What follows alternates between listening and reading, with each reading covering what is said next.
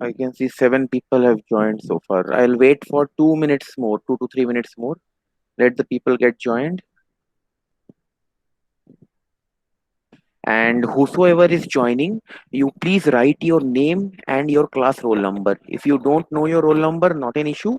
Please write your name in the chat box for attendance. I repeat, whosoever has joined the meeting for the engineering mechanics class, in the chat box, please write your name and class roll number.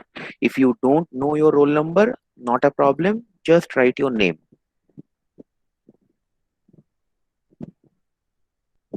8 people have joined. Okay. Again, I am telling, if you don't know your class roll number, no problem. Just write your name in the chat box. If you know your roll number, then write down in the chat box for attendance. It's 11:22. I will start dot at 11:23. I will wait for 1 more minute. Then we will start the class.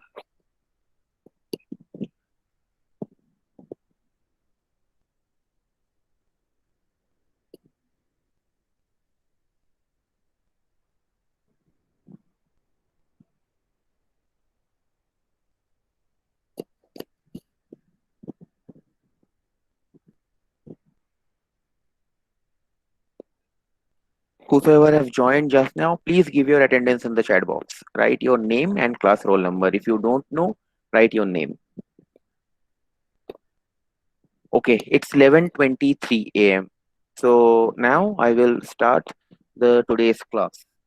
So I hope all of you know me. Yes or no? Hello. Yes, sir. Yes, sir. Yes, sir. I hope all of you know me because I have taught you engineering drawing in the last semester. Yes, sir. Yes. Okay. Okay. So let me tell you that I will be taking your engineering mechanics class. Fine. Actually, this subject will be taken by two faculties. I will take the half portion I will take, and the remaining half portion will be taken by Shubhrata Mandal sir. I think he has taken the first class on Monday. Yes or Yes, no? sir. Yes, sir. Okay, Yes, okay, sir. okay.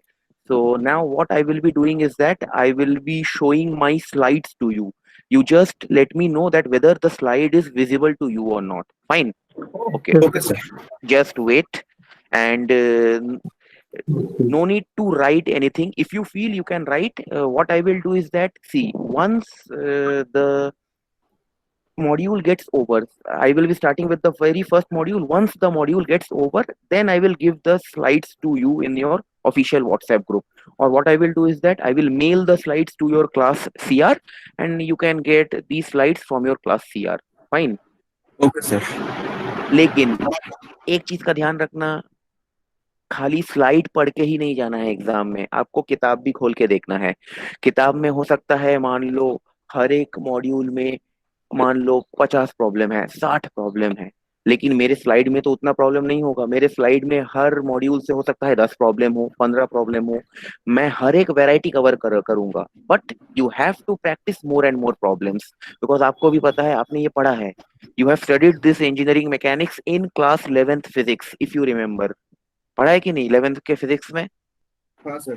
Newton's laws of motion, gravitation, ठीक है, ये सब mechanics का ही part है। But difference ये होगा कि 11th में आपने बेसिक्स बेसिक्स पढ़ा था, हम यहाँ पे इंजीनियरिंग लेवल पे थोड़ा सा एडवांस लेवल पे पढ़ेंगे। Concept everything will be same.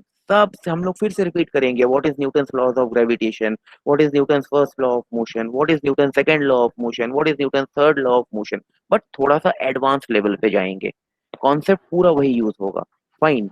और एक और चीज याद रखो कि इस सब्जेक्ट में आप याद मत करना, याद करोगे तो आप कर नहीं पाओगे एग्जाम में, क्योंकि ये सब्जेक्ट जो है totally based on your concept. You have to understand the problem, you have to understand the concept, then you have to apply, because हर एक क्वेश्चन में वेराइटी है। आप भी जानते हो, आपने क्लास 11th के फिजिक्स में जो मैकेनिक्स पढ़ा है, क्या ऐसा था हर प्रॉब्लम एक ही टाइप से एक ही तरीके से सॉल्व होता था? No, sir. हेलो, नहीं होता था, नहीं राइट? सर। हर एक क्वेश्चन में कुछ ना कुछ फंडा लगता था, कुछ ना कुछ कॉन्सेप्ट लगता था। फाइन। तो अगर आपका कॉन्सेप्ट Yes, क्लियर sir. है, अगर आपका बेस क्लियर है, कि फ्री बॉडी डायग्राम बनाते कैसे हैं, फोर्स किसको बोलते हैं, लोड किसको बोलते हैं, डिस्प्लेसमेंट क्या होता है, स्पीड क्या होता है। अगर आपका बेसिक कॉन्सेप्ट क्लियर है, सब्जेक्ट बहुत इजी है। अगर पता ही नहीं है मुझे कि स्पीड क्या बोलते हैं, स्पीड और वेलोसिटी में डिफरेंस क्या है, एक्सेलरेशन और वेलोसिटी में डिफरेंस क्या है, तो मैं नहीं कर पाऊंगा। ठीक है, चलो। तो अभी मैं क्या करता हूँ, आई will be sharing my screen with you all. Just a second.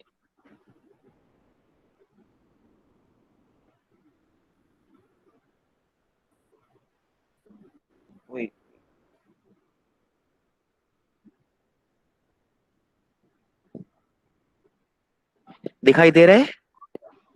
Hello? हाँ सर।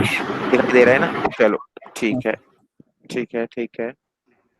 मैं क्या करता हूँ, इसको फुल स्लाइड शो कर देता हूँ भाई, फ्रॉम द बिगिनिंग। अब दिखाई दे रहा है? हेलो? हाँ sir, yes. Okay, yes sir, देख ओके, रहा हूँ। चलो। So the subject name is engineering mechanics and the subject code is ESC ME 301. Myself is Professor Shubhankar Maulik, Assistant Professor, Department of Mechanical Engineering, UEM Kolkata. और आप मेरा short form भी जानते होंगे, क्या है मेरा short form? Hello? Hello? Hello, can you hear me? Yes sir. Yes sir. हाँ, मेरा शॉर्ट मेरा शॉर्ट फॉर्म क्या है? SMK। हाँ, SMK। SMK। चलो चलो चलो, अगर नहीं पता होता तो फिर मैं नंबर कम देता। एक सेमेस्टर पढ़ा चुका ऑलरेडी आप लोग को। चलो, next. This is the complete syllabus of this subject called engineering mechanics.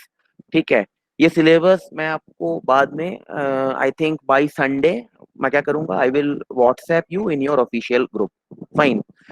So you can see that in a week you will get total 3 lectures, and out of these 3 lectures, 2 lectures will be taken by SBM sir, Shubhrata Mandal sir. He has taken it on Monday, and 1 lecture will be taken by me on Wednesday at this time. और आप ध्यान रखो कि this is only for this July month online class के लिए। अगस्त से जब offline class चालू हो जाएगा, तब ये हो सकता है कि 3 की जगह 4 लेक्चर भी हो जाए, 2 लेक्चर सर ले, 2 लेक्चर मैं लूं। फिलहाल जुलाई महीने के लिए sir will take 2 lecture and I will take 1 lecture. Fine. Okay. Now let us talk about the modules. Which all module I will cover? You can note it down somewhere. I will cover module number 1. दिख रहा है? Module number 1 I will cover. Module number 2 also I will cover. Then I will cover module number 4. Module 1, module 2, module 4, and lastly I will cover module number 8. 1, 2, 4 and 8. There are total 8 modules are there in this subject. Out of these 8 modules, I will be covering module number 1. This is module number 1, module number 2, module number 4, and Module 8। module number 8. Fine. Remaining modules will be covered by SBM sir. Fine. Okay Hello. Sir. And regarding the textbooks, fine. If you will ask me, अगर मैं आपके जगह पे होता तो I would have preferred this book, number 5th book, RS खुरमी। I think sir ने भी आपको यही बोला होगा, यस और नो? SBM सर ने भी आपको इसी बुक के बारे में बोला होगा। Yes, sir. RS खुरमी Yes, sir. Engineering mechanics by S चांद पब्लिकेशंस। मैं क्यों बोल रहा हूँ इस बुक के बारे में? ये बहुत इजी किताब है, इजीली आपको एक्सप्लेन किया गया है, हर एक प्रॉब्लम इजी वे में सॉल्व किया गया है। ठीक है, इसके साथ साथ मैं आपको और ये 2 रेफरेंस बुक के बारे में बोलूंगा जो मैंने लिखा हुआ है यहाँ पे, देखो। I have written engineering mechanics by DS Kumar, publication is SK Kataria and Sons, and the second book is Engineering Mechanics by Basudev Bhattacharya, Oxford publication. मैं क्यों इस रेफरेंस बुक के बारे में बोल रहा हूँ? अगर आप इन दोनों बुक में से कोई भी एक किताब लेते हो तो इसमें क्या है, आपको वैरायटी मिल जाएगा। फॉर एग्जाम्पल, एक चैप्टर में मान लो अगर 50 क्वेश्चन है, एक चैप्टर में मान लो अगर 50 क्वेश्चन है, तो 50 के 50 question will be of different variety. कोई क्वेश्चन आपको रिपीट नहीं मिलेगा अगर आप आइदर दिस डीएस कुमार और अगर आप ये वासुदेव भट्टाचार्य लेते हो। लेकिन खुरमी में हो सकता है आपको दो चार एग्जांपल्स कुछ आपको इधर के उधर सेम मिल जाए, बस वैल्यू चेंज करके उसको सॉल्व कर दिया है, बस यही डिफरेंस है ये दोनों किताब में।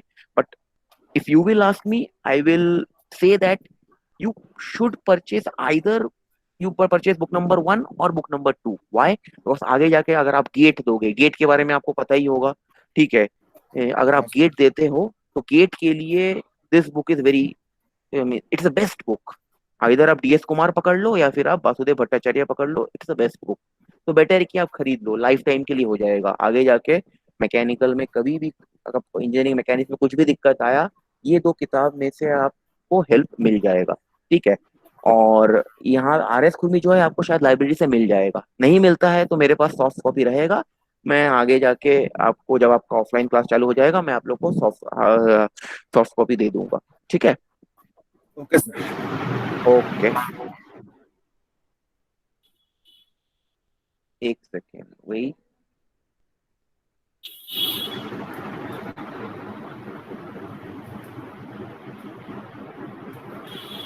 चलो, from the current side। Okay, now what I will do is that I will discuss the details of the modules which I will take, ठीक है। Module number 1, module number 2, module number 5 and module number 4 and module number 8। दिख रहा है ये slide आप सभी को? हाँ सर। यही आपको यही आपको पढ़ना है। मैं आपको यही 4 मॉड्यूल पढ़ाऊंगा। जो लेफ्ट फिगर है, लेफ्ट में जो बॉटम फिगर है, ठीक है, this is your module number 1। मतलब ये slide is just giving you a brief summary what I will be doing in this course. ये जो लेफ्ट मोस्ट फिगर है, left most bottom figure, this is module number 1। Module number 1 is equations of equilibrium. आपको दिख रहा होगा that there is a block of mass 2 kg। This block is connected by 3 springs. ये है आपका spring number 1, this is spring number 2, this is spring number 3। spring number 2 is making an angle theta 2 with respect to this fixed support, and spring number 3 is making an angle theta 1 with respect to this fixed support। तो हम module number 1 में क्या करेंगे? Module number 1 is basically study of statics। You know that engineering mechanics is divided into 2 categories। One part is called statics, the second part is called dynamics। Can you tell me what is statics and what is dynamics? आपको बताया होगा शायद sir ने, SVM sir ने। Sir, if the body does not change its position with respect to time, then it is in static position. Yes yes. Rest अगर position. मेरे पास कोई body, मान लो मेरा बाइक, अगर मेरा बाइक खड़ा है, मेरा बाइक इज स्टैंडिंग फाइन, मैंने बाइक को स्टैंड पे खड़ा करके रखा हुआ है, that means my bike is in the state of rest. उस कंडीशन पे बाइक के ऊपर अगर मैं बैठता हूँ तो मेरा एक लोड है, मेरा लोड बाइक पे ट्रांसफर हो रहा है। अगर मेरा लोड बाइक पे ट्रांसफर हो रहा है, कुछ कुछ ना कुछ मूवमेंट होगा बाइक पे, तो वो सभी चीज का analysis is coming under statics. देखो अब ये जो लेफ्ट मोस्ट फिगर है, ठीक है, क्या इसमें बॉडी मूव कर रहा है? बॉडी मूव तभी करेगा जब आप मास m इक्वल टू 2 kg लगाओगे। जब आप इस बॉडी पे m इक्वल टू 2 kg का मास लगाओगे तो बॉडी नीचे आएगा, फिर धीरे धीरे टू एंड फ्रो मोशन करेगा। क्यों करेगा? क्योंकि ऊपर में फिक्स है। देखो ऊपर में फिक्स है कि नहीं है? हेलो, अगर ये फिक्स नहीं होता तब तो ये गिर जाता नीचे, गिरता कि नहीं? पूरा सिस्टम नीचे गिर जाता।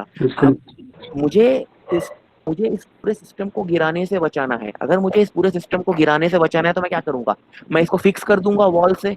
अगर वॉल से फिक्स करूंगा देन क्या होगा? Whatever force I will apply on this body, it will again come back to its original position, ठीक है। That means this is nothing but study of statics. जब बॉडी रेस्ट कंडीशन में होता है तब उस कंडीशन पे body पे क्या क्या फोर्स लगता है, बॉडी को कैसे रिजॉल्व करना है, इक्वेशंस ऑफ इक्विलिब्रियम कैसे लगाना है। Equations of equilibrium means this is summation of fx equal to 0, summation of fy equal to 0, and summation of fz equal to 0 if it is a 3D body. That means summation of all the forces along x axis is equal to 0 मैं करता हूँ कि नहीं करता हूँ? अगर मुझे किसी बॉडी को रिजॉल्व करना है इक्विलिब्रियम कंडीशन में तो मैं क्या करता हूँ? I will resolve all the forces along x-axis, then I will make it equal to 0. I will get one equation. I will resolve all the forces along y-axis. I will make it equal to 0. I will get the second equation. Again, what I will do? I will write summation fz equal to 0. Fine. Again, from that summation fz equal to 0, I will get the third equation. I will solve those three equations and I can get the values of unknown, whatever I want. देखो इस figure में only unknown is T1 and T2.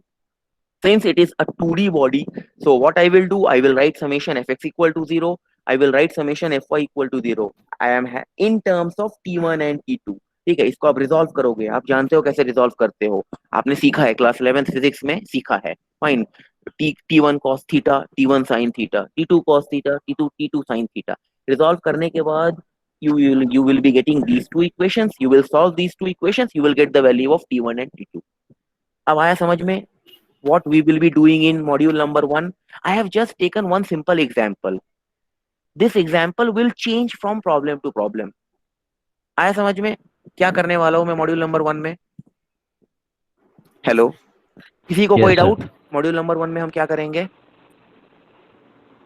ठीक है, चलो अब आप next देखो जो लेफ्ट ऊपर वाला figure, left most top figure. This is your left most top figure. क्या आप ये फिगर देख के मुझे बता सकते हो कि हम क्या पढ़ने वाले हैं सेकेंड मॉड्यूल में?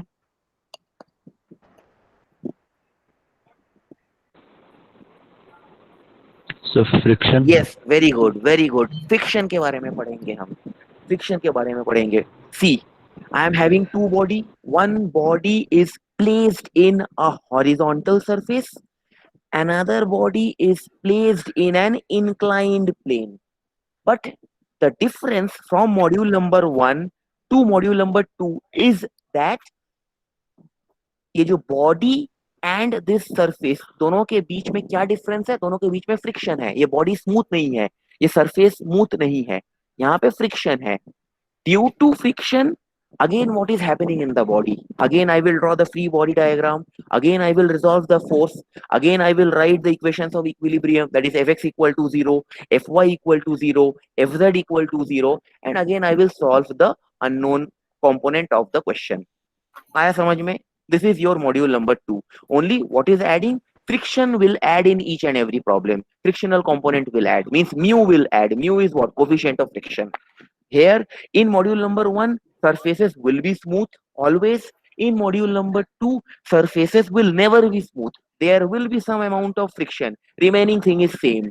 Fx equal to 0, fy equal to 0, fz equal to 0. We will solve these three equations and we will get the unknown values. आया समझ में? What we will be doing it in module number 2? Yes sir. Yes, sir. किसी को कोई doubt module number 2 में? No, sir. Okay. Next, module number 4. This figure, rightmost top figure. This is my module number 4. अब मैं आप लोगों से ही पूछूंगा, थोड़ा आप मेरे को बोल सकते हो मैं क्या पढ़ने वाला हूँ मॉड्यूल नंबर 4 में, और आप लोग क्या पढ़ने वाले हो मॉड्यूल नंबर 4 में? गेस करो. ग्रेविटेशन. सॉरी, फिर से बोलो. रोटेशन. नो, रोटेशन नहीं. ऊपर वाला फिगर, मैं नीचे वाले फिगर की बात नहीं कर रहा हूँ. Right hand side top most figure, नीचे वाले फिगर की बात नहीं कर रहा हूँ, ऊपर वाले फिगर की बात कर रहा हूँ. सर ब्रिज का फोटो दिया हुआ है. ब्रिज का फोटो दिया हुआ है. हाँ, तो क्या पढ़ने वाला हूँ मैं? किसके बारे में पढ़ूंगा? सस्पेंशन. हाँ, क्या बोल रहे हो? Suspension. It is not a suspension. We will be The studying. thermal expansion. क्या बोल रहे हो? Thermal expansion. Expansion. No. See, this is what. देखो जब मैं पूछूंगा ना तभी आप अपना माइक अनम्यूट करना, और म्यूट कर लो, नहीं तो क्या ना प्रॉब्लम होगा. ठीक है, चलो. In module number 4, we will be studying about bridge. I think all of you have seen a railway bridge. Howrah Bridge is a bridge. आप ट्रेन से जाते हो, ठीक है, रास्ते में आपको ब्रिज मिलता है, फाइन। उसका एक स्पेसिफिक टर्म होता है, टेक्निकल टर्म होता है मैकेनिकल इंजीनियरिंग में, and that is known as truss, TRUSS, truss. So this is nothing but a truss, this is nothing but a truss. We will be solving problems on truss. अब आप देखो इस truss में देखो ये जो member है, this all the members, these are known as members of trust. This is member number 1, this is member number 2, sorry, wait, this is member number 3। अब देखो हर एक मेंबर एक जॉइंट पे आके मिल रहा है, हाँ कि ना? हाँ सर। या ये एक जॉइंट है। फिर अगर मैं इस मेंबर की बात करूं, ये इस जॉइंट पे यहाँ पे मिल रहा है और इस जॉइंट पे यहाँ पे मिल रहा है, fine. That means a bridge is made up of member and truss. these are known as members, these are known as members, and these are known as joints, fine। so what we will be doing is that, अब आप मेरे को क्या बोल सकते हो कि इस पूरे ट्रस में फोर्स कहाँ पे एक्ट करेगा? मान लो मैं इस मेंबर की बात करता हूँ, मैं मान लो इस मेंबर की बात करता हूँ, इस मेंबर में फोर्स कहाँ पे एक्ट करेगा? क्या आप बोल सकते हो देख के फिगर?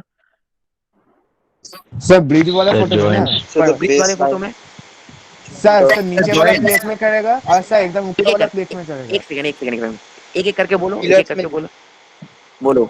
से पिलर्स में और जो जो ब्रिज पिलर का नहीं, बेस उसको लाइन है। उसको पिलर नहीं बोलते, उसको मेंबर बोलते हैं, इसको मेंबर, आप पिलर मत बोलो। सर हाँ सबसे दिस ऊपर वाला इज प्लेट में मेंबर। फोर्स एक्ट करेगा और सबसे नीचे वाला फोर्स में प्लेट में फोर्स एक्ट करेगा। नहीं, देखो ध्यान से देखो, देखो ये जो ट्रस है, ये जो ट्रस है, ये हवा में तो खड़ा नहीं रहेगा, इसको तो सपोर्ट हाँ चाहिए। अगर आप देखोगे तो सपोर्ट कहाँ पे है? सपोर्ट आपको यहाँ पे मिल रहा है, रास्ते के एक एंड पे एक सपोर्ट है, रास्ते के दूसरे एंड पे दूसरा सपोर्ट है, हाँ कि ना? है। तो दैट मीन्स यहाँ पे इस पूरे ट्रस का जो लोड है, आधा आधा लोड यहाँ पे एक्ट करेगा, आधा लोड यहाँ पे एक्ट करेगा, तब तो जाके तुम इस ट्रस को खड़ा करोगे दोनों रोड के बीच में से, फाइन। और कहाँ पे लोड एक्ट करेगा? लोड एक्ट करेगा जॉइंट पे। देखो this is one joint, this is second joint को। देखो इस, मान अगर मैं बात करूँ इस जॉइंट की, एट दिस जॉइंट ये मेंबर आके मिल रहा है, ये वाला इंक्लाइंड मेंबर भी आके मिल रहा है, this horizontal member is also coming and meeting, this horizontal member is also coming and meeting. That means the most critical point is which point? Is joint point.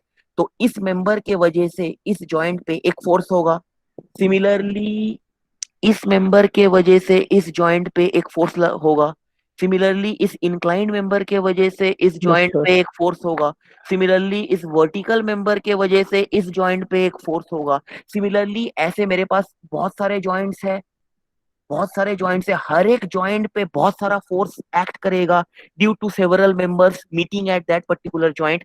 तो हम लोग उस फोर्स का analysis करेंगे। तो हम क्या करेंगे, क्या होगा, डिफरेंट डिफरेंट ट्रस दिया रहेगा, एग्जाम में प्रॉब्लम में दिया रहेगा, हमको क्या करना है, हमको सबसे पहले उस ट्रस पे जॉइंट्स को पकड़ना पड़ेगा, फिर हर एक जॉइंट पे कौन कौन सा फोर्स एक्ट कर रहा है due to different different members, उसको ढूंढना पड़ेगा।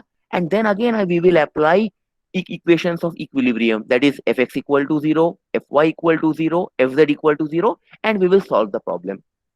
अब आया समझ में what we will be doing in module number 4? Yes sir। तो हम लोग, तो जो तुम देखो, जो हावड़ा ब्रिज कितने साल पुराना है? 100 साल पुराना है। मैं एक एग्जांपल दे रहा हूँ, 100 साल। 100 years के हाँ, आसपास। मैं एक एग्जांपल दे रहा हूँ, मुझे पता नहीं एग्जैक्टली कितना साल पुराना है, मैं मान लेता हूँ 100 साल पुराना है, ठीक है, 100 ईयर्स पुराना है। तो वो पुराना है, दैट मीन्स अब वो ऐसा तो नहीं है कि मैं ब्रिज आज बनाया कल चेंज कर दिया, परसों फिर नया ब्रिज लेके आके बना दिया। ऐसा थोड़ी ना है कि दुकान की तरह, हाँ दुकान में गया, बोला कि भाई मेरे को आज एक ब्रिज बनाना है, मेरे को एक मेंबर दे दो, मेरे को ज्वाइंट दे दो। ऐसा तो नहीं है। ब्रिज मतलब परमानेंट मेंबर होता है, हमेशा के लिए बना हुआ रहता है। तो कैसे वो डिजाइन होता है? डिजाइन होता है थ्रू दीज मेथड्स, मैंने जो अभी आपको बताया, जॉइंट पे क्या क्या फोर्स एक्ट करता है, आपको ये सब चीज ध्यान रखना पड़ेगा, तभी आप किसी भी ट्रस्ट को डिजाइन कर सकते हो, किसी भी ब्रिज को डिजाइन कर सकते हो। आया समझ में? Yes, sir. So this we will be studying in module number 4. Fine. And the last module, that is module number 8, क्या पढ़ेंगे हम? ये जो फिगर आपको दिख रहा है right hand side bottom most figure, ये वाला फिगर हम पढ़ेंगे, मतलब हम इसके बारे में पढ़ेंगे। तो अभी आप क्या मेरे को वो बता सकते हो फिगर देख के, that what we will be studying in last module by looking at the right hand bottommost figure, this figure? Torque. किसी ने बोला सर ये तो टॉर्क। टर्बो का फोटो है सर। सर ये तो टर्बो, टर्बो का फोटो है। टर्बो क्या स्क्रोल चीज है? Turbo, turbo charger. नहीं नहीं, टर्बो तो इंजन में लगा रहता है, गाड़ी में लगा रहता है मेरे भाई। हाँ सर, स्क्रोल टर्बो चार्जर की जैसा ही फोटो है ये। है लेकिन वो है नहीं, टर्बो चार्जर है नहीं। किसी ने बोला टॉर्क, बोला किसने बोला टॉर्क? नाम बोलो थोड़ा अपना। किसी ने टॉर्क बोला है सर अभी? शुभ शाह। गुड गुड गुड, शुभ टॉर्क। शाह। टॉर्क क्या होता है शुभो टॉर्क, अगर आप बता पाओ मेरे को? सर एक फिक्स्ड एक्सिस में परपेंडिकुलर फोर्स देने से जो मोशन क्रिएट होता है। Yes yes yes yes, exactly. In the last module we will be talking about torque. For example, इसका सबसे बेस्ट एग्जाम्पल मैं आपको देता हूँ।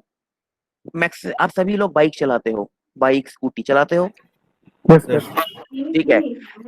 अब बाइक में आप एक्सेलरेटर को बढ़ाते हो कम करते हो, करते हो? हाँ sir.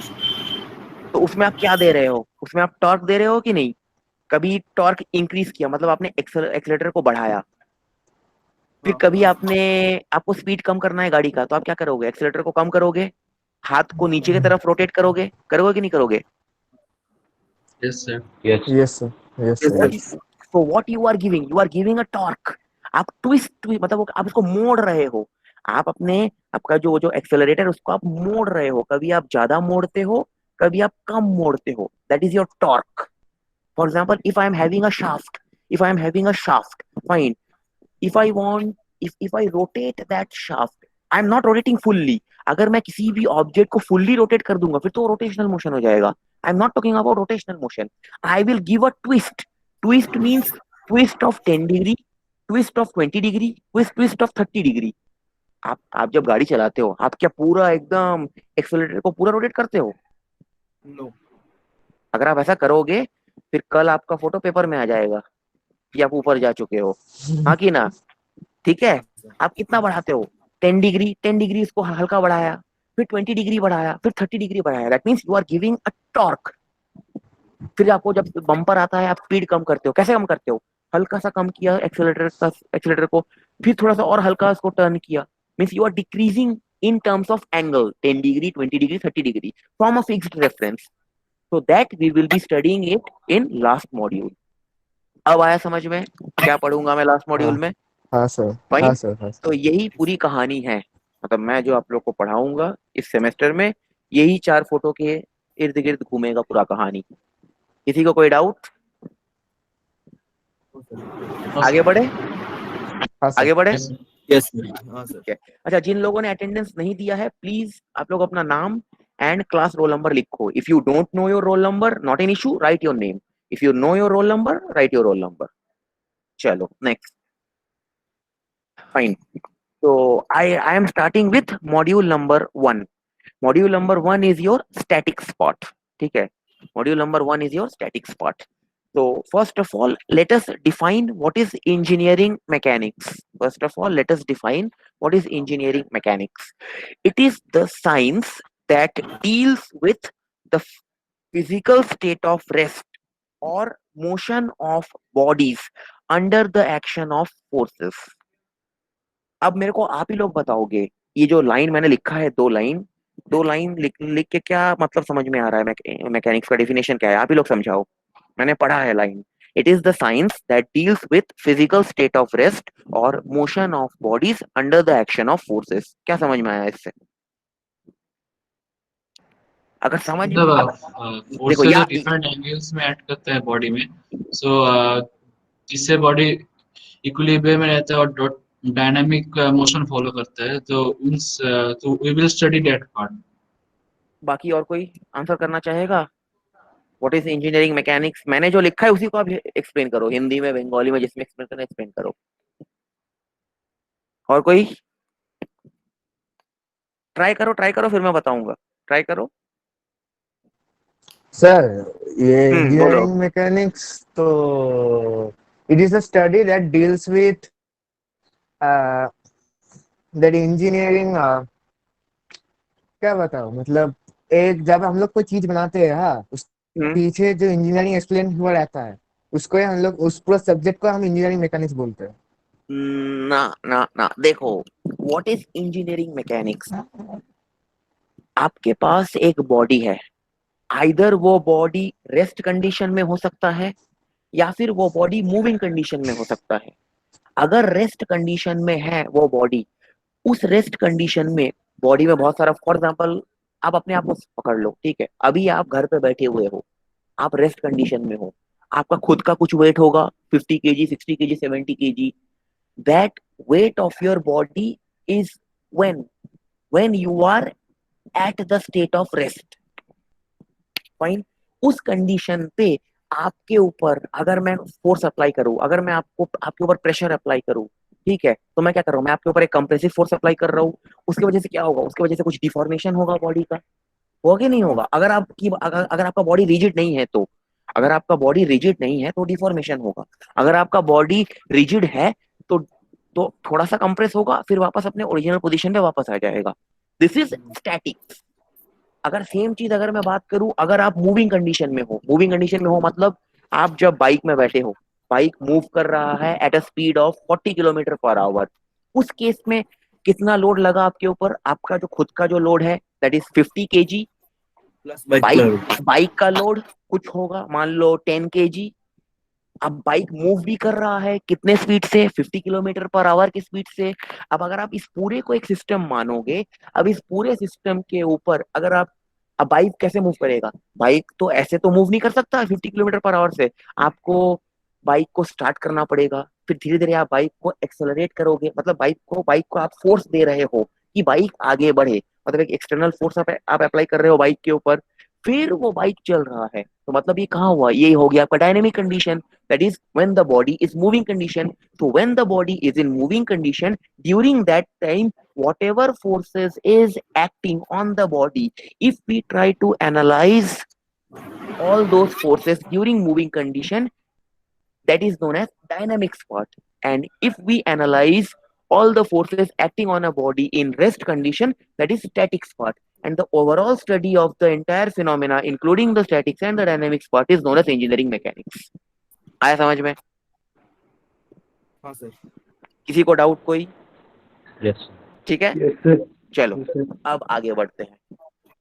Classification of engineering mechanics, ठीक है, इंपॉर्टेंट है, सब 2 मार्क्स के लिए आ सकता है, 2 मार्क्स 5 मार्क्स के लिए आ सकता है, ठीक है। Classification of engineering mechanics. Engineering mechanics is broadly classified into 2 types. First is known as mechanics of solid.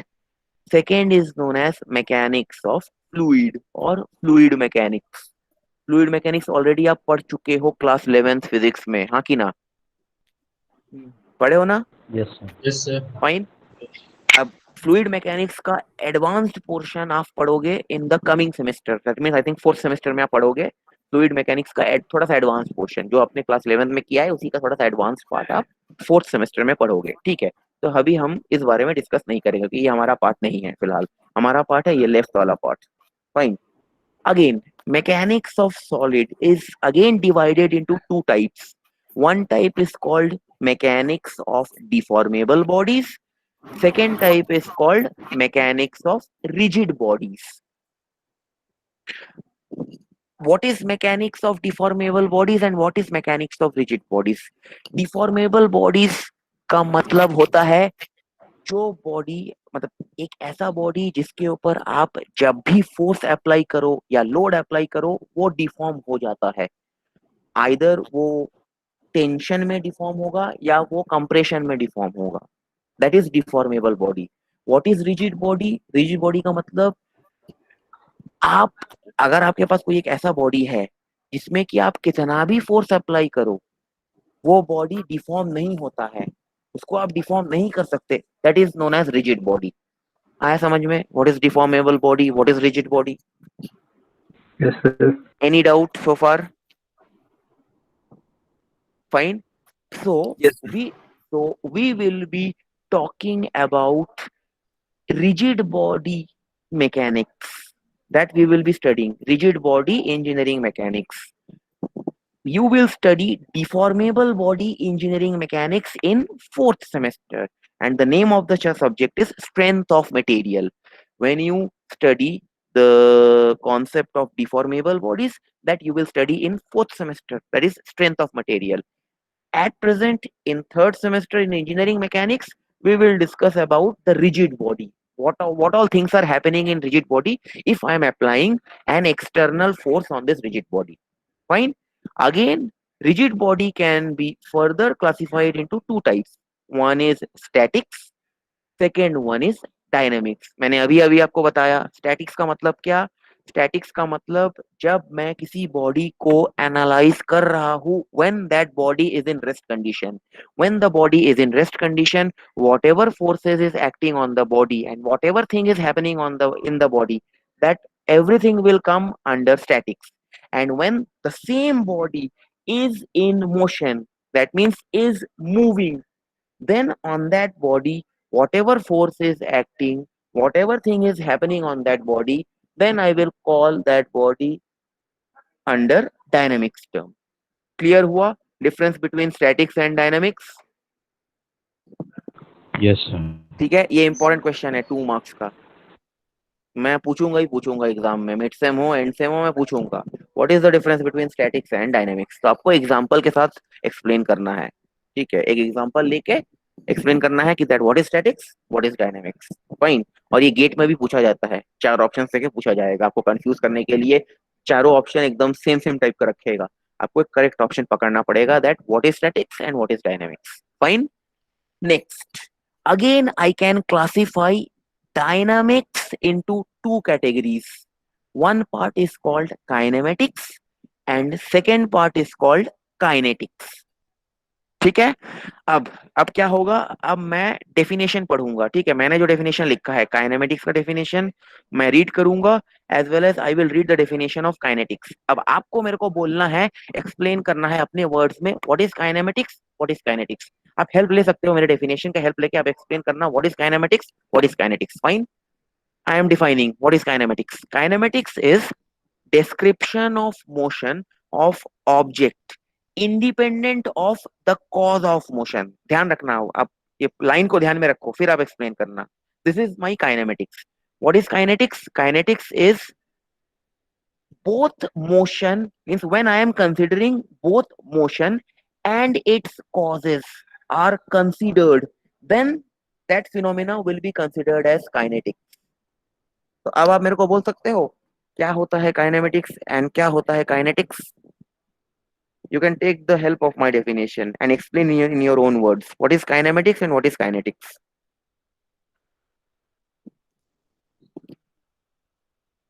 बहुत इजी है, मैंने जो डेफिनेशन लिखा है उसी में आंसर छुपा हुआ है.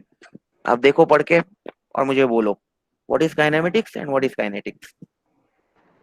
So kinematics is a study of dynamics which is independent of cause of motion.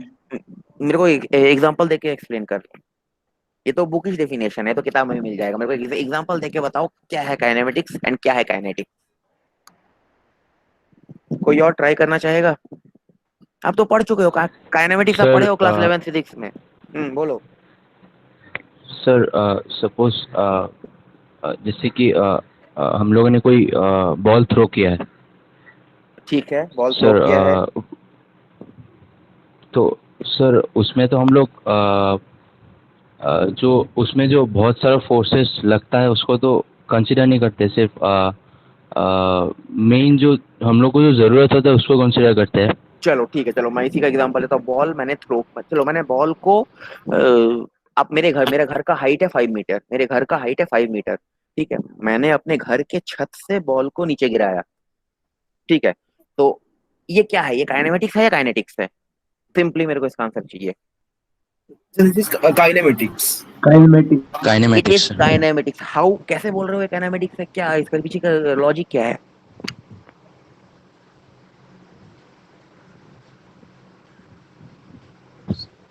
Sir इसमें जो आप जो बॉल को गिरा रहे उसमें तो बहुत सारा फोर्सेस लगता है ना।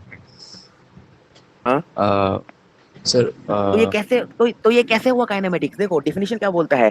Kinematics means description of motion of object independent of the cause of motion. मतलब किसी बॉडी, मान लो मैं बॉल को मैं ऊपर से नीचे गिरा रहा हूँ, ठीक है। तो बॉल को जब मैं गिराऊंगा ऊपर से नीचे, बॉल का कुछ स्पीड होगा, मान लो 5 मीटर पर सेकेंड स्पीड है, ठीक है। लेकिन यस जब मैं सर। बॉल को ऊपर से नीचे गिरा रहा हूँ, मैं अपने हाथ से गिरा रहा हूँ बॉल को ऊपर से नीचे, यस ठीक है। सर। मतलब मैं एक फोर्स प्रोवाइड कर रहा हूँ बॉल पे, तब बॉल ऊपर से नीचे यस गिर रहा है, यस सर। ठीक है। तो यहाँ पे तो कॉज ऑफ मोशन आ रहा है। कॉज ऑफ मोशन क्या है? बॉल को नीचे गिराना। बॉल को नीचे मैं कैसे गिरा रहा हूँ? मैं अपने हाथ से बॉल को नीचे फेंक रहा हूँ, that is my cause of motion. Yes sir. So no, that means it will be kinetics.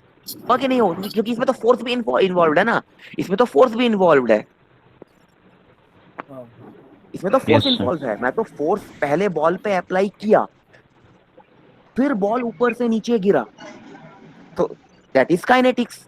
अगर मैं बात करूं काइनेमेटिक्स की, ball is falling from top to bottom without the application of force, then it will be kinematics. Yes और no? Yes ball sir. अपने आप गिर रहा है, Yes, बॉल sir. अपने अपने आप गिर रहा है, बॉल ऊपर से नीचे यस सर, अपने, नेचुरल फोर्स है ग्रेविटी का, हाँ, बस इसके लिए। ग्रेविटी की वजह से बॉल अपने आप ऊपर से नीचे गिर रहा है, फाइन। तो दैट विल बी काइनेमेटिक्स। क्यों? क्योंकि उस समय मैं खाली देखूंगा कि हाँ बॉल का स्पीड कितना है, बॉल का स्पीड इज 4 मीटर पर सेकेंड, बॉल का स्पीड इज 5 मीटर पर सेकेंड, बॉल का स्पीड इज 6 मीटर पर सेकेंड। बट जब मैं अपने हाथ से बॉल को ऊपर से नीचे गिरा रहा हूँ, मेरे मैं अपने हाथ से कुछ फोर्स तो अप्लाई कर रहा हूँ बॉल को, मान लो 4 न्यूटन के का फोर्स मैंने अप्लाई किया बॉल पे, फिर बॉल नीचे गिर रहा है 5 मीटर पर सेकेंड। तो बॉल नीचे कैसे गिरा? Due to application of force from my hand to the ball, that is cause of motion, so that will be kinetics. And when ball is falling freely, जो न्यूटन का जो law था, Apple freely गिर रहा है, उसने तो force apply नहीं, उसने तो फोर्स को लिया नहीं था, बॉल, एप्पल फ्रीली गिर रहा है पेड़ से। वो वहां पे That's क्या, kinematics. यस, वो वहां पे क्या देख रहा है? वो वहां पे देख रहा है उसका स्पीड कितना है, कितने स्पीड से एप्पल नीचे गिर रहा है, 4 मीटर पर सेकंड, 5 मीटर पर सेकंड, 6 मीटर पर सेकंड, दैट इज काइनेमेटिक्स। अब आया समझ में difference between kinematics and kinetics? In kinematics we will not consider the external force acting on the body. What we will consider? We will also only consider the speed, velocity, acceleration. But in kinetics, including speed, velocity, and acceleration, we will consider the external force responsible to move the body or to undergo any motion in the body. अब आया समझ में kinetics? Yes, sir. Yes ठीक sir. है, clear है, important है, ठीक है। तो इस पूरे स्लाइड में, सर हाँ इस, हाँ बोलो, कुछ पूछ रहे, बोलो। sir, can we give the example like movement of water particles in a river? Movement of water particles in a river, हाँ चलो ठीक है, उसका एग्जांपल लेते हैं। आप चलो मैं बात करता हूँ, मैं सी का बात कर रहा हूँ, सी, ठीक है। अब आप मेरे को बोलो, sea is an example of kinematics और kinetics? Kinematics. Sea is an example of kinetics, कैसे? एक्सप्लेन करो कैसे। सर बिकॉज सी के जो वाटर पार्टिकल्स है उनका मोशन तो एक के ऊपर डिपेंड नहीं करता है। हाँ हाँ हाँ, सही बात है, बिल्कुल बिल्कुल सही बात है, क्योंकि उसमें क्या है, उसमें वेव जनरेट होता है, ठीक है, वेव जनरेट होता है due to natural phenomena, fine. तो एक पार्टिकल मूव कर रहा है, मतलब इसमें डिपेंड, एक पार्टिकल दूसरे पार्टिकल पे डिपेंडेंट नहीं है, due to natural phenomena of waves the particle will move and accordingly your flow of water will move, fine. लेकिन अब अगर मेरे को इसमें काइनेटिक्स लेके आना है, मैं कैसे लेके आऊंगा? शिप, शिप, जहाज, शिप जब चलता है सी में, ठीक है, शिप का कुछ वेट है, शिप कैसे चलता है सी में? शिप, वो तो फोर्स अप्लाई करना, वो पानी पे तो फोर्स अप्लाई कर रहा है, तब तो शिप आगे बढ़ रहा है ना। जो वाटर है वो पानी क्या कर, sea is applying a force on the ship and the opposite force is applied by ship to the sea, then only the ship is moving in the sea, yes or no? Yes, sir. So that will be an example of kinetics. Yes, sir. आया समझ में? हाँ sir. ऐसे define करना है what is kinematics, what is kinetics, ठीक है। हाँ सर। क्लियर है? डाउट क्लियर है? Yes, कोई sir. डाउट? Yes, sir. हाँ और सर। कोई डाउट किसी को इस स्लाइड में? No, sir. किसी को कोई डाउट है इस स्लाइड में? No, sir. No, sir. ठीक है, तो मैं किस टाइप का क्वेश्चन पूछूंगा आप लोग को पता है, मैंने लास्ट ईयर आप लोग का क्लास लिया है ड्राइंग में। मैं तो इजी क्वेश्चन पूछता नहीं हूँ। मैं कैसा क्वेश्चन पूछूंगा? मैं इस पूरे स्लाइड में मैं कौन सा क्वेश्चन पूछूंगा? मैं क्वेश्चन पूछूंगा difference between kinematics and kinetics, वो भी घुमा फिरा के, तो आपको फिर उसका आंसर करना पड़ेगा। आया समझ में? Yes, sir. Yes, sir. ठीक है, चलो आगे बढ़े। हाँ, sir. चलो हाँ सर। ठीक है, आगे बढ़ते हैं। Next is, let us discuss about force. What is a force? देखो, आप लोग ही आंसर करोगे, मैं खाली पढ़ूंगा। मेरा जो सेंटेंस है, I will repeat that sentence and then you have to answer with an example. What is this, what is that, fine. अगर आप ऐसे पढ़ोगे, क्या है ना, याद करने का जरूरत ही नहीं है। अगर आपका कॉन्सेप्ट क्लियर है, आप अपने आप ही लिख सकते हो। मैंने पूछ दिया एग्जाम में, explain the concept of force for 5 marks. अगर आप ऐसे याद रखोगे, आप आराम से लिख सकते हो। ठीक है, ओके चलो। What is force? Force is an external agent which changes or tend to change the position of rest or of uniform motion of a body। क्या समझ में आया इस लाइन से? आप ही लोग बोलो। Force is an external agent which changes or tend to change the position of rest or of uniform motion of a body। मतलब What sir did you? Change static भी हो सकते हैं और इंस्टेंटेनियस भी हो सकता है। मतलब सर मतलब एक एक्सटर्नल इन्फ्लुएंस है जो बॉडी को एक पोजीशन से दूसरे पोजीशन में मूव करेगा with Yes, yes, yes, yes, correct, correct। What is force? Force को मैं कैसे डिफाइन करूंगा? आई एम हैविंग अ बॉडी। ठीक है, मेरे पास एक बॉडी है। मान लो मेरे पास मेरा मोबाइल है। मुझे मोबाइल को एक जगह से दूसरे जगह पे रखना है, हवा में तो उड़ के नहीं जाएगा। ठीक है, अगर अभी अभी देखो, अभी मेरा मोबाइल टेबल के ऊपर रखा हुआ है, that is what, that is static condition. ठीक है, मैं फोर्स को कैसे Yes, sir. मैं फोर्स को कैसे डिफाइन करूंगा? अगर मैं इस मोबाइल पे अपने हाथ से अगर मैं इस मोबाइल को डिस्प्लेस करूं, तो मतलब मैं क्या कर रहा हूं? मैं अपने हाथ से एक एक्सटर्नल फोर्स अप्लाई कर रहा हूं मोबाइल पे, then that mobile is displacing from one point to another point, then that mobile is in motion. Fine. So that is Yes, force. sir. Means any external agent which produces some change in the body. That means either it can stop a moving body to rest, or it can start any body from rest into motion. That is force। Simple language में आया समझ में क्या होता है force? Yes, sir. Any doubt? किसी को कोई डाउट? No, sir. ठीक है, चलो। अब ये तो हो गया फोर्स। अब फोर्स से क्या क्या हो सकता है किसी भी बॉडी में? फोर्स किसी भी बॉडी में, it can create a push, it can create a pull, it can create a twist. हाँ या ना? हाँ, sir. Force can create push. Push मतलब क्या? मैं मोबाइल को पुश कर सकता हूँ। ठीक है, मैंने मोबाइल को पुश किया, कैसे पुश? वो तो फोर्स ही तो लगा रहा हूँ, तभी तो वो मोबाइल डिस्प्लेस कर रहा है। That means push is one type of force. Yes. पुल, मैं क्या कर सकता हूँ? मैं अपने मेरे घर में मान लो एक बॉक्स रखा हुआ है, मैं उस बॉक्स को खींच रहा हूँ मतलब क्या? मैं उसको पुल कर रहा हूँ। That means pull is also one category of force, one type of force. ठीक है, Yes, sir. ट्विस्ट का सबसे बेस्ट एग्जांपल मैंने अभी आपको दिया, बाइक का एक्सेलरेटर। मुझे स्पीड ज्यादा चाहिए, मैं हल्का सा एक्सेलरेटर बढ़ाता हूँ। मुझे स्पीड कम चाहिए, मैं हल्का सा एक्सेलरेटर को कम करता हूँ। That is an example of twist. That means push, pull and twist are different different types of forces. मुझे जो चाहिए, according to the need, I can say that force can be a push, force can be a pull, it can be a twist। आया समझ में? Yes, sir. Any doubt? Yes, sir. ठीक है। अब आप मेरे को बताओ, देखो दुनिया में 3 चीजें होती है। First is scalar quantity, second is vector quantity, and third is which quantity? आपने पढ़ा है फिजिक्स में, scalar, vector and third quantity is tensor. Tensor, very good. तो अब आप मेरे को बोलो, force is which type of quantity? लिखा ही हुआ है, मेरे स्लाइड में लिखा ही हुआ है, लेकिन आपको प्रूफ करना है।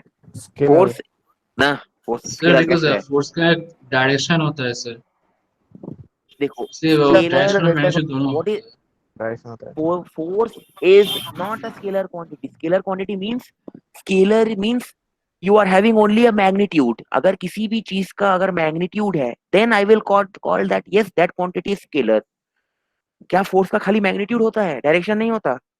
हाँ सर, डायरेक्शन होता है। सर बहुत होता है ना भाई। हाँ अब सर। देखो, मान लो मान लो मुझे तुमको मारना है, ठीक है। अब तुमको मैं गाल पे मार सकता हूँ, तुमको मैं पीठ पे मार सकता हूँ, तुमको मैं हाथ पे मार सकता हूँ। तो डायरेक्शन चेंज हो रहा है कि नहीं? कभी मैं गाल पे मार रहा हूँ, कभी मैं पीठ पे मार रहा हूँ, कभी मैं हाथ पे मार रहा हूँ। सिमिलरली फोर्स, अगर एक बड़ा सा बॉक्स है, ठीक है, उस बॉक्स को 4 लोग मिलके भी ढकेल सकते हैं। उस सर बॉक्स मैं तो को, भाग भी जा सकता हूँ। हाँ बोलो। हाँ अरे तो तू भागेगा तब डायनेमिक्स हो जाएगा, तू अगर स्टैटिक रहेगा तब तू, मैं तो रस्सी से बांध दिया तो भाग पाएगा? हेलो, हेलो, हेलो, सुनाई दे रहा है? हेलो। हाँ हाँ सर। सुनाई दे रहा है सर। हाँ, so what I am telling is that force is a vector quantity. It has magnitude, it has direction. मान लो मेरे पास एक बॉडी है, उस बॉडी को 4 लोग मिलके भी ढकेल सकते हैं, ठीक है। 4 लोग 4 अलग अलग जगह पे फोर्स अप्लाई करेंगे। उसी पर्टिकुलर बॉडी को 2 लोग मिलके भी ढकेल सकते हैं। पहले 4 लोग 4 अलग अलग जगह पे फोर्स अप्लाई कर रहे हैं, अब क्या चेंज हो रहा है? अब वो 4 की जगह 2 आदमी हो गया है। 2 आदमी 2 अलग अलग जगह पे फोर्स अप्लाई करेगा। सिमिलरली सेम बॉडी को एक आदमी भी ढकेल सकता है। तो डायरेक्शन चेंज हुआ कि नहीं हुआ? कभी 4 आदमी कर रहा है, 4 आदमी 4, अब देखो, अब वो जो 4 आदमी है, जरूरी तो नहीं है वो कोई आदमी नीचे से फोर्स लगा रहा है बॉडी पे, कोई आदमी ऊपर से फोर्स लगा रहा है, कोई आदमी बॉडी के बीच में फोर्स लगा रहा है। दैट मीन्स डायरेक्शन चेंज हो रहा है, पॉइंट ऑफ एप्लीकेशन भी चेंज हो रहा है। कभी बीच में, कभी ऊपर में, कभी नीचे में। कोई आदमी मान लो किसी एंगल पे फोर्स लगा रहा है उस बॉडी पे, कोई आदमी मान लो उसी बॉडी पे अलोंग हॉरिजॉन्टल डायरेक्शन फोर्स लगा रहा है, कोई आदमी उसी बॉडी पे अलोंग वर्टिकल डायरेक्शन फोर्स लगा रहा है, अकॉर्डिंग टू द नीड। जैसा नीड है, जैसे उस बॉडी को डिस्प्लेस करना है। तो यहाँ पे डायरेक्शन की बात हो रही है कि नहीं हो रही है? हो हेलो, रहा है। हाँ यस हो सर। रहा है। Yes sir. That means force is a vector quantity. It has magnitude. कितना magnitude? 70 Newton, 80 Newton, 90 Newton, 100 Newton. It has a point of application. It has a point of application. Point of application मतलब कहाँ पे apply कर रहे हो आप force? Body के किस पोर्शन पे अप्लाई कर रहे हो? मतलब मैं आपको थप्पड़ मार रहा हूँ, मैं कहाँ पे मार रहा हूँ थप्पड़? गाल पे मार रहा हूँ, छाती पे मार रहा हूँ, पीठ पे मार रहा हूँ, हाथ पे मार रहा हूँ। That is point of application. And third is line of action and direction, मतलब किस डायरेक्शन में मैं अप्लाई कर रहा हूँ फोर्स। मान लो मुझे यहाँ से जाना है हावड़ा, मुझे यूईएम से जाना है हावड़ा, एक पर्टिकुलर लाइन ऑफ एक्शन होगा ना।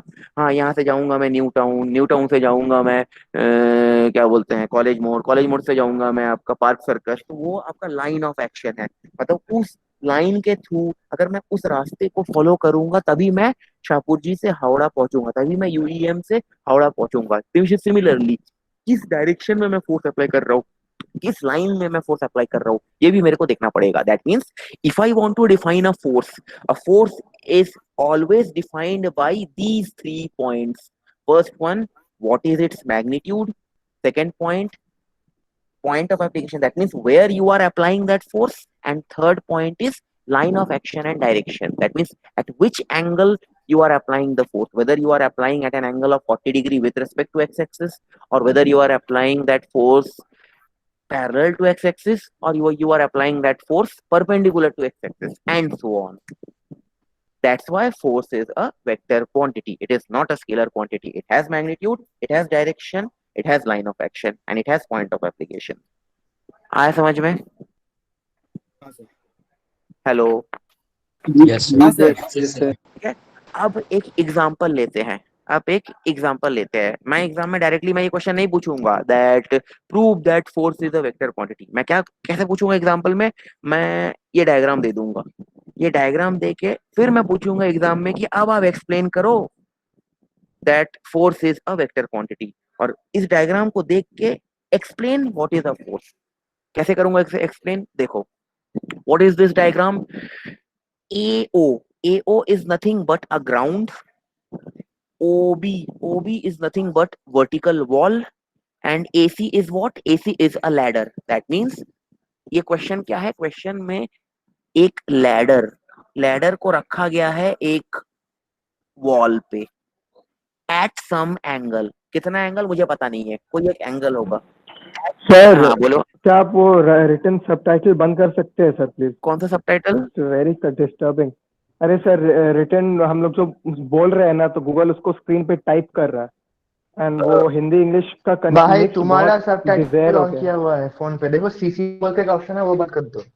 टर्न ऑन उसकी कैप्शन, आप कर दो। टर्न ऑन कैप्शंस, उसको बंद करो, टर्न ऑन वो कैप्शन। नहीं हो रहा है सर मेरा। उसको हाँ बंद कर दो। अच्छा, मेरे यहाँ पे तो कुछ दिखा अच्छा नहीं रहा है, मेरे यहाँ पे कुछ नहीं दिखा नहीं नहीं रहा है।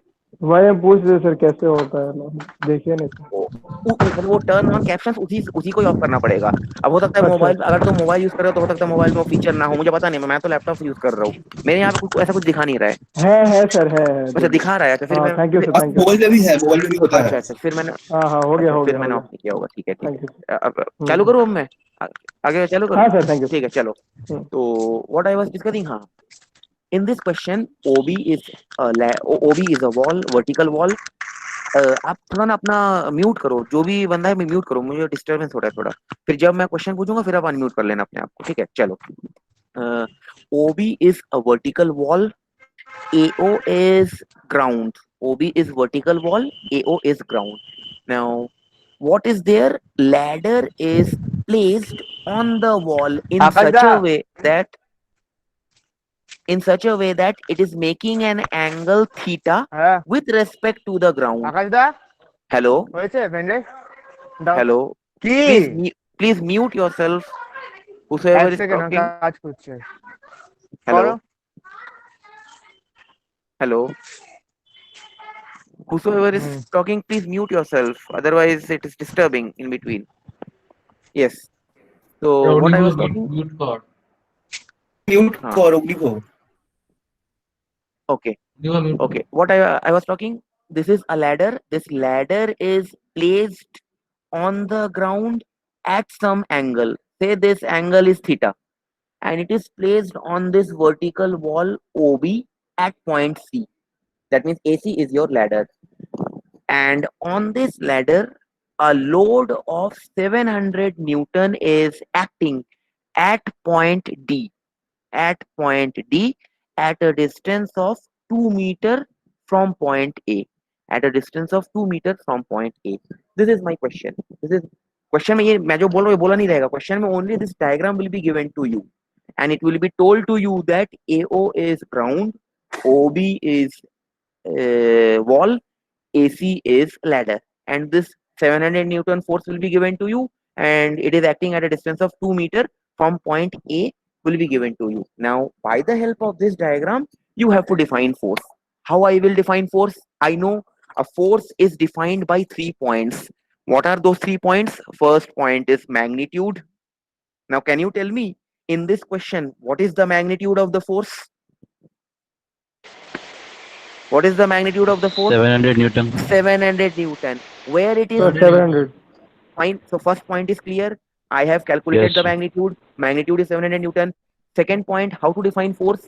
Point of application. Point of application मतलब किस point पे लग रहा है 700 न्यूटन। अब आप मेरे को बताओ डायग्राम देख के किस point पे लग रहा है 700 Newton. Sir point D. Point At D. point D. At point, ये देखो यहाँ पे लिखा हुआ है 700 Newton load is acting at point D at a distance of 2 meter from point A। ये भी तो बोलना पड़ेगा point D। अब वो point D कहाँ पे है, वो A से कितनी दूरी पे है और C से कितनी दूरी पे है, ये भी तो बोलना पड़ेगा आपको, तब तो जाके वो लाइन कंप्लीट होगा point of application. 700 Newton D पे लग रहा है, D is nothing but a point in the ladder। अब वो D पॉइंट कहाँ पे है, 2 मीटर की दूरी पे है, 4 मीटर की दूरी पे है, 6 मीटर की दूरी पे है या 10 मीटर की दूरी पे है, that you have to say no। So you have to say that 700 Newton force is acting at point D at a distance of 2 meter from point A। That is my point of application। ठीक, last point, एक और point है force को define करने का, कैसे define कर सकता हूँ, line of sir action and direction. हाँ बोलो, कुछ डाउट है? हाँ सर, सर बोलो। एट 2 मीटर तो sir with respect to ladder है, अगर ग्राउंड पे सेट में करे तो सर वो तो डिफरेंट हो ना ना जाएगा ना। देखो, लैडर है आपका एसी, फाइन, लेकिन पॉइंट ए तो ग्राउंड पे लाई कर रहा है ना, ये तो ग्राउंड पे है पॉइंट ए, हाँ पॉइंट ए तो ग्राउंड पे है, हाँ sir.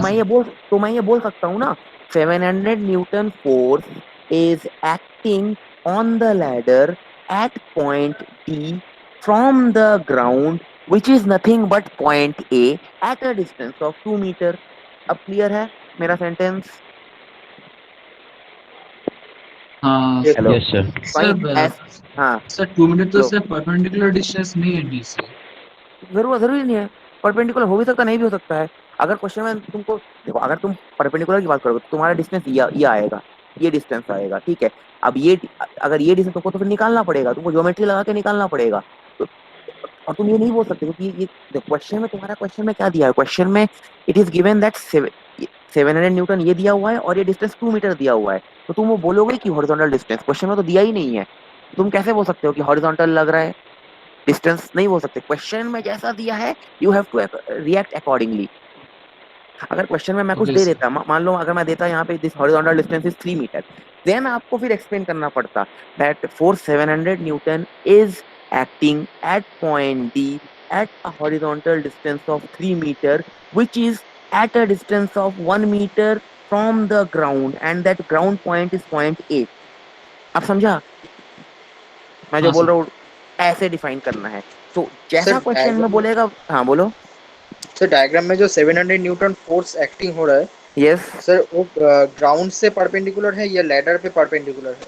That is not perpendicular, that is acting at the, मान लो this ladder AC is 4 metre in length, that okay. Means this 700, मैं एक एग्जांपल दे रहा हूँ, जरूरी नहीं है 4 मीटर पे ही है, ठीक है, मैं एग्जांपल दे रहा हूँ, हाँ हाँ ठीक है। मान लो ये डिस्टेंस है तुम्हारा, overall ladder length is 4 metre, that means AD is 4 and DC is 4, that means 700 newton is acting exactly at the center of gravity point of the ladder, that is point D, ठीक है।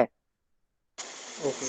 और अगर ऐसा होता, मान लो length of the ladder is 3 metre, this distance AD is 2 metre, CD is 1 metre, फिर आप कैसे डिफाइन कर सकते हो? अगर आपको डिफाइन करना है this force 700 Newton on the basis of this wall, तब आप बोलते force of 700 newton is acting at point D at a distance of 1 meter, at a distance of 1 meter from the vertical wall OB, which is at point C। अब आया समझ में? Hello,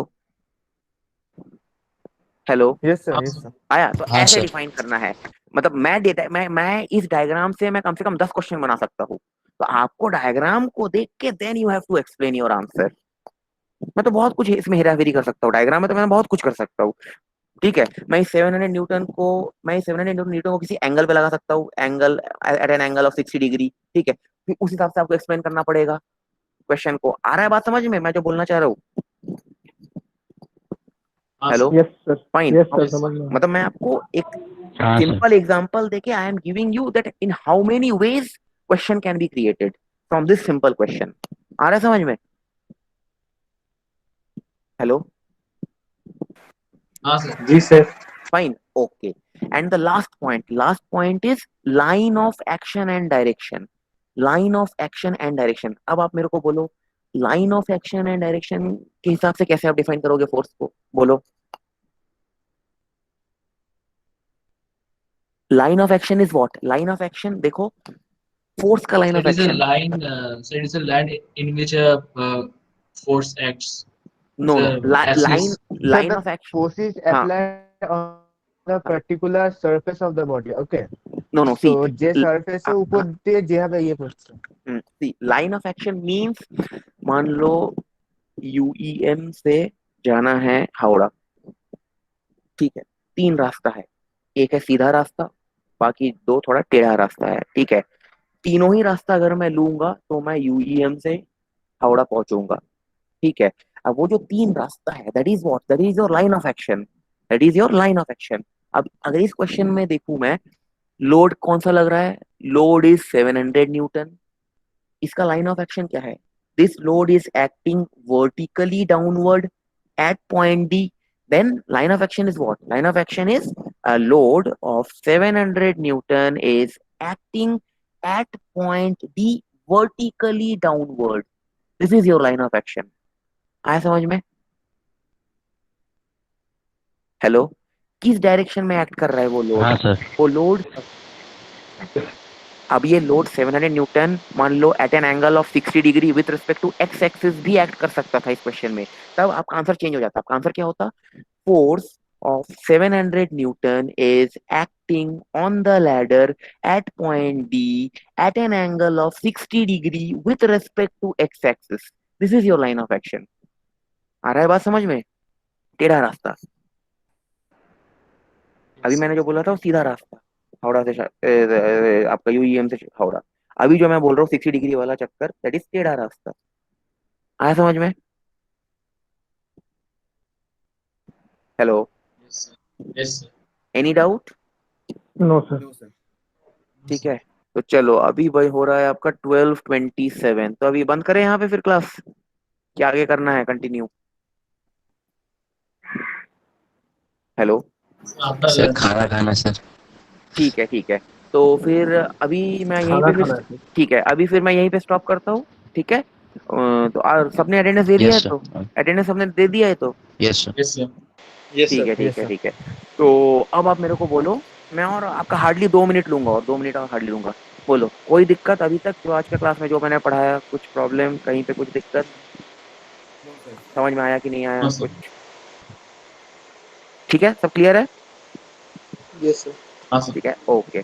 और बाकी ये जो स्लाइड्स वगैरह है ये मैं आपको अभी नहीं दूंगा, ये जब ये मॉड्यूल पूरा खत्म हो जाएगा then I will give you. ठीक है, हेलो, Yes, sir. ठीक है, लेकिन इस हाँ स्लाइड के सर। भरोसे आपको रहना नहीं है, आपको किताब भी पढ़ना है। ठीक है, मैं किताब से कट शॉर्ट करके मैंने 10 मतलब किताब का जो 5 पेज है उसको मैंने 2 पेज में यहाँ पे स्लाइड में दिया है, तो आपको किताब भी पढ़ना है, किताब में और भी एग्जाम्पल्स आपको मिल जाएंगे। और जो मैं किताब का नाम बोला हूँ दैट इज RS कुर्मी, वो तो आप रख ही लो, एग्जाम्स के लिए बेस्ट है। और बाकी अगर आपको गेट के लिए प्रिपरेशन करना है, कॉम्पिटिटिव एग्जाम्स के लिए प्रिपरेशन करना है, then that book is also fine. DS Kumar और your Vasudev Bhattacharya, you can purchase any one. ठीक है, यस सर। ओके ओके, ठीक है, फिर हम लोग फिर नेक्स्ट वीक मिलेंगे। ठीक है,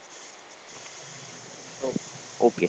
और अब नेक्स्ट वीक से ना मैं ये आपका ना क्लास मैं लूंगा टिल 12:35, क्योंकि क्या है ना ये बहुत बड़ा मॉड्यूल है, तो आगे जाके टाइम कम मिलेगा। मैं 12:35 तक क्लास लूंगा। ठीक है, आगे से next week okay sir. Onward.